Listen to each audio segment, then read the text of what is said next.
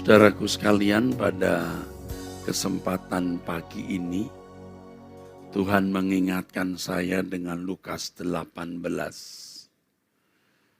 mengenai perumpamaan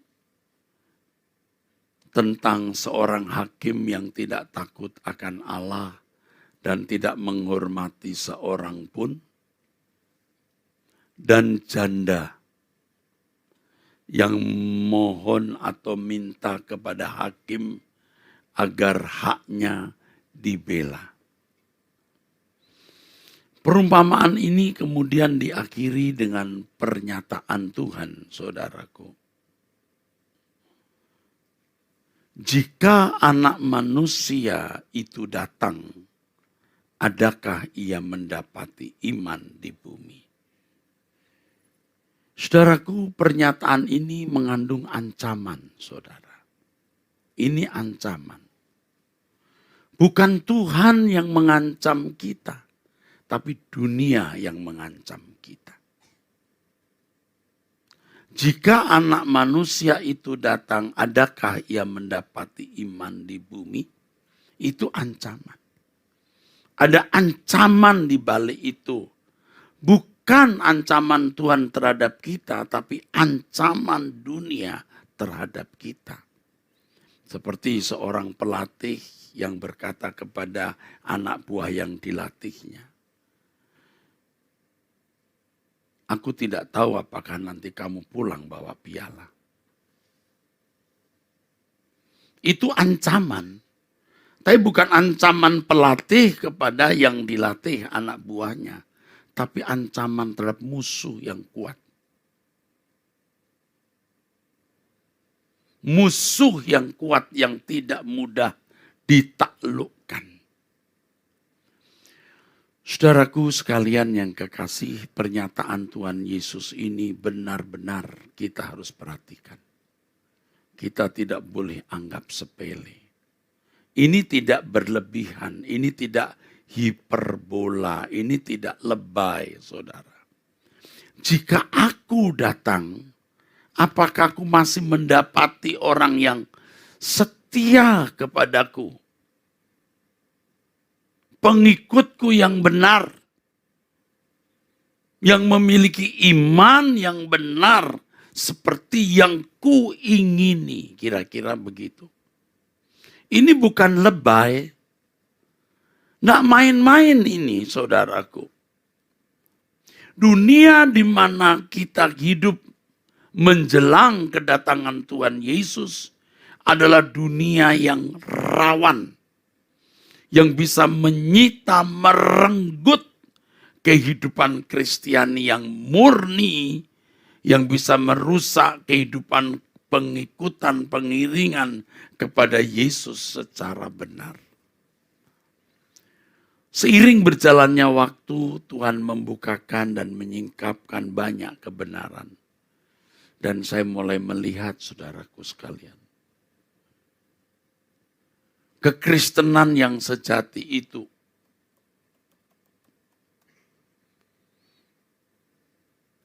saya mengerti betapa mustahilnya dikenakan di dunia hari ini, saudara. Betapa mustahilnya. Tetapi, saudaraku, Tuhan akan pasti memberikan kekuatan, bimbingan, pertolongan orang yang serius. Pasti. Saya teringat dengan yang ditanyakan kepada saya oleh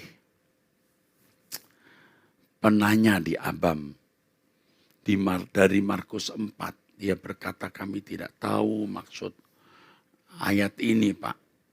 Markus 4. Lalu saya mengambil iPad saya juga tidak tahu isinya. Saya buka, isinya begini, saudaraku. Camkanlah apa yang kamu dengar, ukuran yang kamu pakai untuk mengukur akan diukurkan kepadamu, dan di samping itu akan ditambah lagi kepadamu. Karena siapa yang mempunyai kepadanya akan diberi, tetapi siapa yang tidak mempunyai apapun juga yang ada padanya akan diambil daripadanya. Terus terang ayat ini sudah lama tidak saya baca. Jadi ketika ditanyakan, wow, apa ya? Apa ya? Sempat limbung saya karena lama sekali ayat ini tidak saya baca. Dan ayat ini memang ayat yang sulit dibaca. Sulit. Dimulai dari pernyataan Tuhan di ayat sebelumnya. Tuhan berkata begini. Orang membawa pelita bukan supaya ditempatkan di bawah gantang. Gantang itu mangkok besar atau di bawah tempat tidur. Bukan big bowl ya. Tidak akan ditaruh di bawah mangkok besar atau di bawah tempat tidur. Melainkan supaya ditaruh di atas kaki Dian. Kaki Dian saudara tahu ya. Kaki Dian ya. Ditaruh. Ada 7 ya. Kepalanya itu. Sebab tidak ada sesuatu yang tersembunyi yang tidak akan dinyatakan dan tidak ada sesuatu yang rahasia yang tidak akan tersingkap. Barang siapa mempunyai telinga untuk mendengar, hendaklah ia mendengar.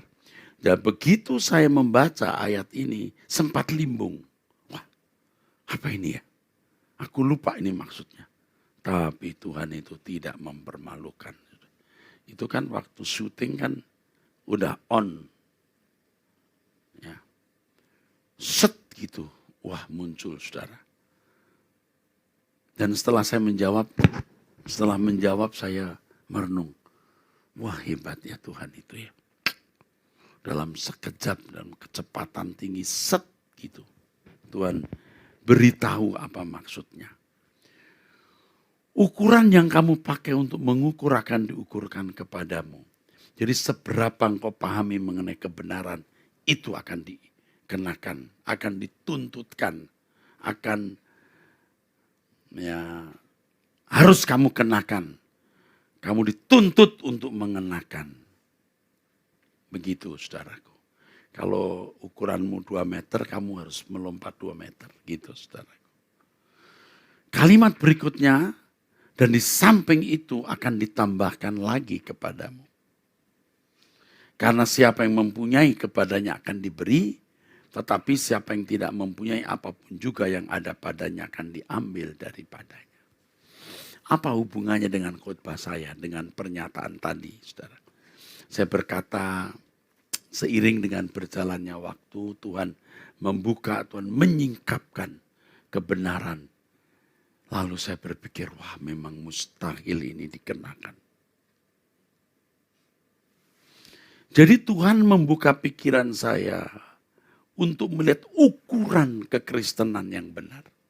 Yang harus dikenakan dalam hidup orang percaya. Ya. Dan saya berdoa, saya bahkan bertekad untuk mengenakannya itu. Dan Tuhan akan menambahkan, akan memberi hikmat. Tuhan akan menambahkan, memberi hikmat, menaikkan ukuran itu. Sebab siapa yang mempunyai, kepadanya akan diberi. Tapi orang yang tidak memiliki ukuran yang benar, apapun yang ada padanya diambil, makin rusak. Makin tidak punya apa-apa. Nah, di akhir zaman ini saudaraku, karena kemerosotan hidup kekristenan, rusaknya akhlak manusia, rusaknya moral manusia, belum materialistis ya. Kehidupan di mana manusia memandang kekayaan sebagai nilai tertinggi, saudaraku. Ini saudaraku sekalian, tidak punya ukuran yang benar. Tidak punya apa-apa. Maka apapun yang ada padanya diambil. Menjadi minus, miskin, jauh dari kebenaran. Nah, dunia kita yang kehilangan ukuran Kristiani yang benar, tidak menciptakan orang beriman yang benar. tidak melahirkan orang-orang Kristen yang benar. Tidak melahirkan iman yang benar. Jadi Tuhan Yesus berkata, kalau anak manusia datang, apakah dia mendapati iman di bumi? Karenanya Bapak Ibu saudara sekalian, mari kita terus mencari Tuhan. Minta hikmat Tuhan, agar pengertian kita akan kebenaran terus ditambahkan Tuhan.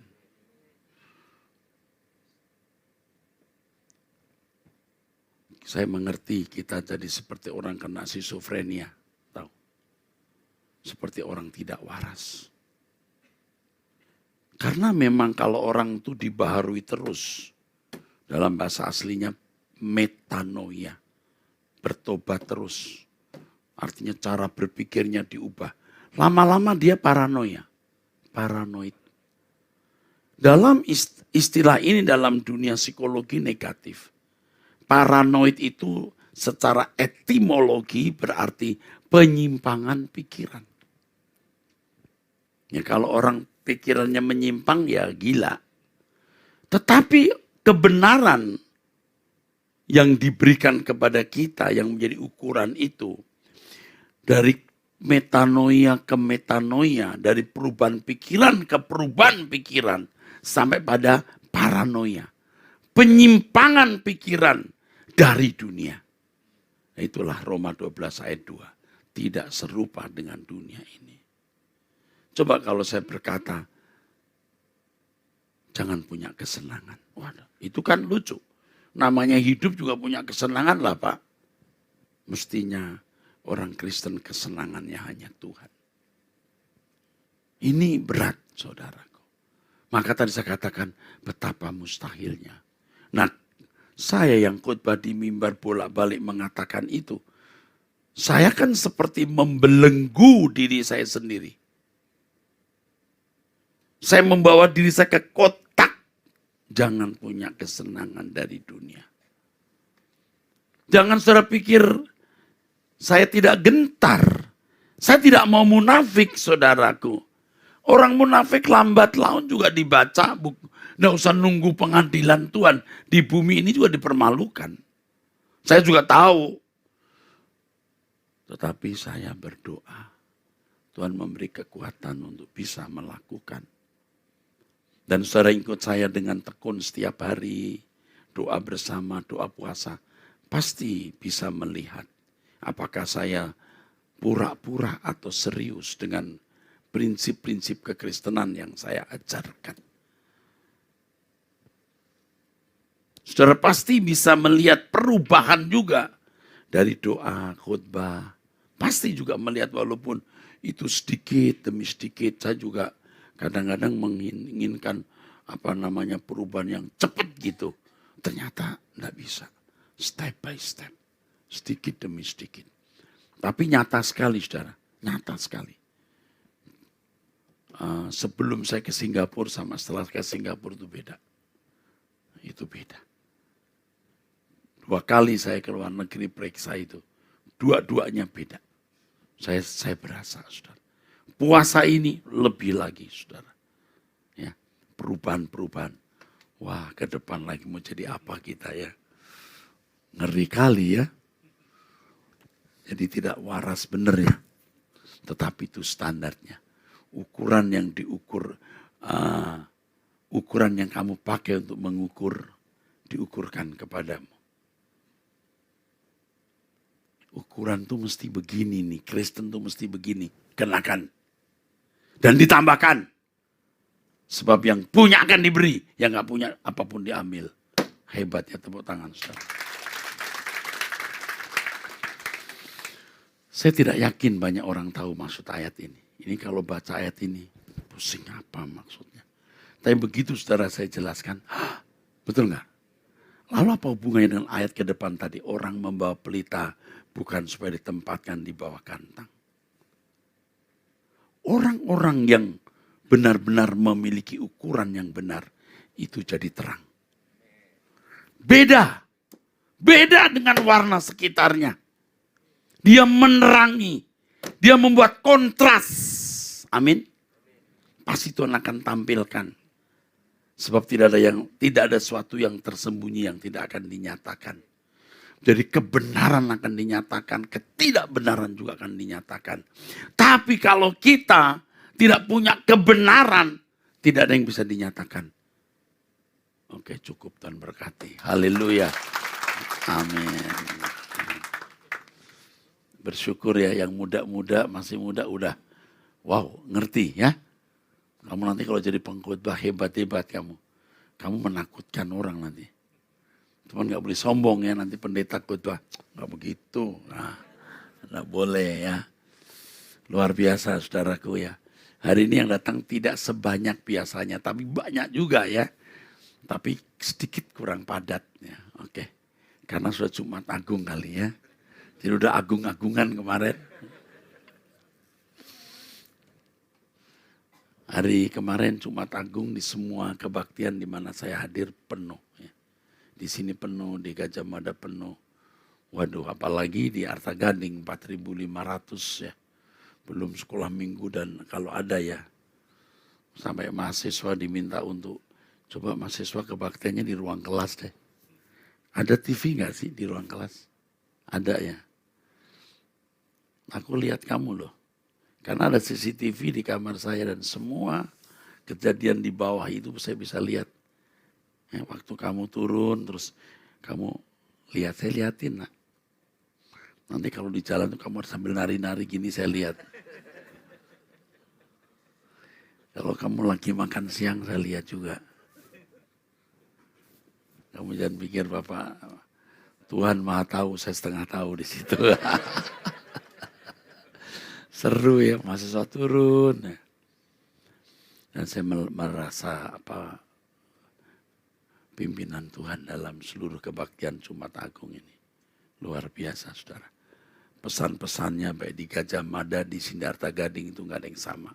Tapi ada irisannya. Selalu ada irisannya. Tapi tidak sama persis. Bapak Ibu kita sepakat untuk menjadi komunitas yang dipisahkan dari dunia. Kita mau berkemas-kemas. Kalau saudara menghadapi kesulitan, persoalan, itu nutrisi jiwa.